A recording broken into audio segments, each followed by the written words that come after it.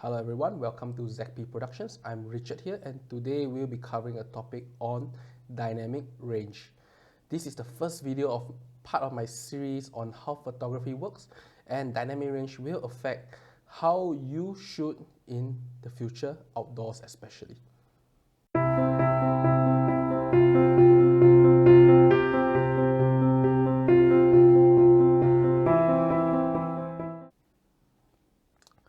So, a bit on what dynamic range is. Dynamic range is very simple. The darkest and the brightest region, the values to it in terms of stops, that's the dynamic range. Now, if you look at this scene here, it's something very common day to day.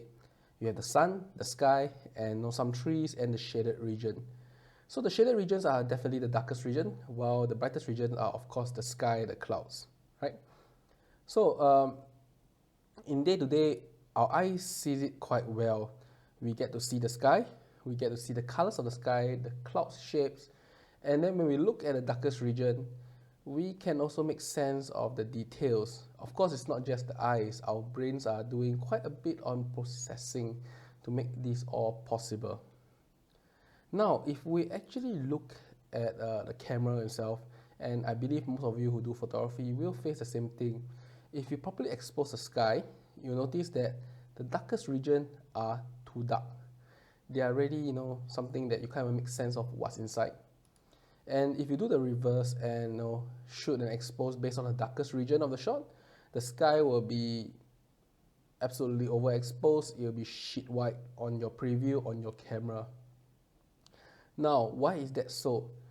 First, you must understand that the human eye dynamic range is quite huge. It goes from 10 to 20, and with all the processing we have, most of the people claim that the human eyes should have about 14 dynamic range or 10 dynamic range to 14 dynamic range in daylight. And as it goes darker, like in the cinema, we do have almost up to full 20 dynamic range from the brightest to the darkest region. Now, if you look at the cameras today, most of them are rated anywhere from 12 to 13 DR all the way to maybe 15, 16 DRs. In fact, Sony is claiming 15 DRs for their latest cameras. Right? So, well, where does all this dynamic range go? If humans dynamic range is about 14, why do the shots that come out of the camera by default don't look really good? Why, when we press review, we see just sheet white or crushed blacks? Now, that is because how the screen works and also the medium that they're using to store those information.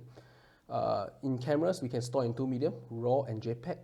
And JPEG is limited. It only maximum can carry around 8 to 11 DR. So if you do try to store your entire camera into the JPEG, you are actually throwing quite a bit of information both at the bright end and the dark ends. Now, if you store in RAW, you get the full camera DR of 13 to 15 dynamic range depending on the camera brand. Now, the screens themselves are also a limiting factor. Most screens are actually only rated to about 8 DR, 10 DR of viewing from the brightest region in the screen to the darkest region. Now, if you look at the latest screens, such as the OLEDs, they can go to 14 DR, no issue, but they are also limited in terms of color space. All in all, what you see in the preview behind your cameras, more often than not, they are JPEGs, and with the limitation on the screen, are not showing the full picture of what the camera actually captures down in terms of dynamic range. So, I'm going to bring you through how does all the different formats, medium format, full frame, APS-C, micro four thirds, actually respond to this dynamic range. And as you know in my earlier tutorials, I use a lot of this dynamic range, I use a lot of this lifting of shadows to actually fulfill the images. Right, so let's carry on and we look at it. So first I will talk about the scene a little.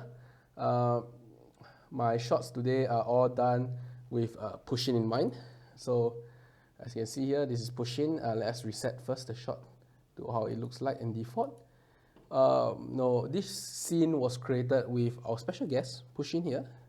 And Push-in is metered to about f1 to f1.4, while all his followers below here are rated at f5, f4.5, f5.6. So there's about 4 stops of difference in terms of brightness between them and their master, Push-in. Right? So this shot is taken with 4 different cameras. Let me look at it from the top first, say and reset everything first before we carry on.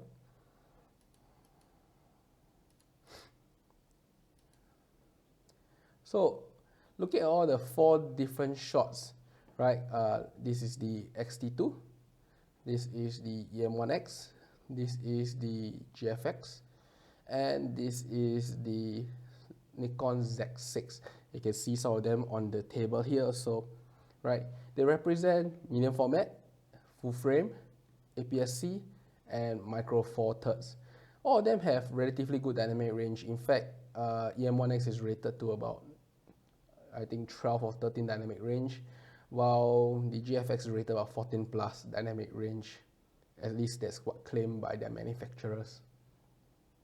So if we look at that individually, okay, as I say, main push-in here is actually underexposed by 4 stops.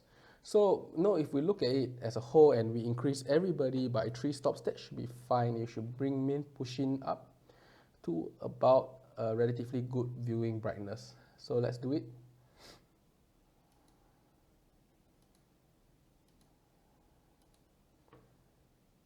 So if you can see here that all of them are brought up to the approximate brightness just slightly below properly exposed for the main push-in in the center. Now if you look at them individually, they look pretty much okay, except for this shot, which is the XT2. There's some flaring the lens, and I only noticed it after taking the shot itself. So other than that, you can see that the amount of details that is retrieved from increasing the exposure actually is quite significant. Now if let's zoom in a bit more, you can actually see like the coat, the stitching angles are all back. And if you look at it when it was purely dark, you really cannot tell anything. And this is where as I said, dynamic range is really important because it allows you to retrieve all this information with minimal impact to your shots. Of course, every camera maker claims a certain dynamic range, but there is a usable one, which means the amount that normally you can take before it feels like the image is falling apart. So in this case, if you look at this shot, if I put it to about 3 stops, it looks just about fine. You can get all the details here, but if you look at the bottom pedestal, which is black, you notice there's quite a bit of noise. So noise is actually creeping in at about 3 stops of increment in terms of exposure, especially for the shadow regions. Now if you look at the other camera, the Micro Four Thirds, it has about the same amount of noise. So wait, let's reduce it back to 3 stops or so. So in terms of noise, it just has a touch more than the XT2. Ignore the sharpness because of course these lenses don't flare, and the Micro Four Thirds do not have AA filter also. So the shot itself has just a bit of noise here after lifting 3 stops. And if you look at the bottom black pedestal here, there is some noise, but nothing too over exaggerated, and can probably be removed by a certain amount of noise reduction. So even on Micro Four Thirds, right, increasing 3 stops in terms of overall exposure or shadows is perfectly fine. It's okay. Now before we move on to GFX, of course, let's look at the full frame. Full frame is meant to, of course, be better because the sensor is nearly more than 2 times the APS-C or 4 times the Micro Four Thirds size. And it's actually true because after lifting 3 shots, not only do you get more details back, you incur actually less noise. Look at this pushing tag here. Now if you compare to the same tag in this Micro Four Thirds, you can notice a small little noise here. Look at the APS-C version. You can also notice some small amount of noise on the tag. Now if you look at the full frame, it looks perfectly smooth at the tag region. So the noise is really, really minimum, and you can increase quite a bit of exposure. So the amount of latitude you have in a full frame file is fantastic for a Z6 camera. However, I do notice that in the really, really dark regions, right, the Z6 do exhibit a little bit on colored patchy noise. So if I show you at, let's say at +4 stops, you notice that there's some patchy noise here. It may just be because of how the scene is shot. The scene is shot with LED lights, with purple lights, and this colored noise may be part of the sensor's incapability to capture maximum amount of data, or it may just be the light corrupting the information. So more testing will be required to really understand why the Nikon camera is actually exhibiting such amount of color noise in the black regions. Now, if you look at the GFX instead, now this is the, of course, most expensive camera in this setup here, and with it also it comes with supposedly the best dynamic range, and definitely is showing it now.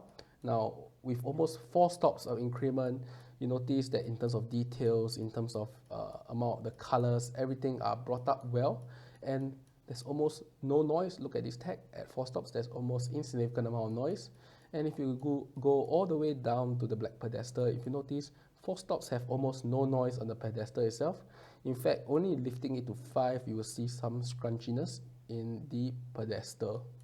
While if you look at the rest of the thing, it's still pretty okay.